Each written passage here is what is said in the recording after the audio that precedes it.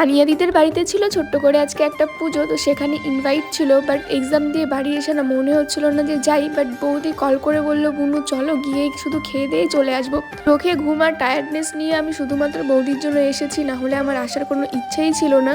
যদিও আমরা একটু লেটে এসেছি আর এসে দেখি যে কীর্তন শেষ হয়ে গিয়েছে আর সবাইকে খেতেও দিয়ে দিয়েছে, তাই জন্য তো আমরাও বসে পড়লাম খেতে জন্য। তার আগে একটু তানিয়াদির সাথে দেখা করলাম। তোমরা তানিয়াদিকে তো চেনোই, আমার ভিডিওতে অনেকবারই দেখেছো। তারপরে তো আমরা খেতে জন্য বসেও পড়েছি, যেহেতু শরীরটা খুবই টায়ার্ড, তো তাড়াতাড়ি করে খেয়ে বাড়ি গিয়ে ঘুমাতে হবে। তো এখানে দিয়ে দিয়েছে খিচুড়ি, যেটা আমার খুবই ফেভারিট একটা জিনিস, খিচুড়ি আর একটা সবজি দিল। তো বৌদিকে বললাম খেয়ে বলো কেমন হয়েছে, তো বৌদি এখানে খেয়ে টেস্ট করে বললো খুবই ভালো হয়েছে। এখানে যখনই আমি মুখে দিলাম সাইড থেকে কে যেন একটা বলছিল যে তুই ভিডিও করছিস, তখনই আমার একটু লজ্জা লেগে গিয়েছিল।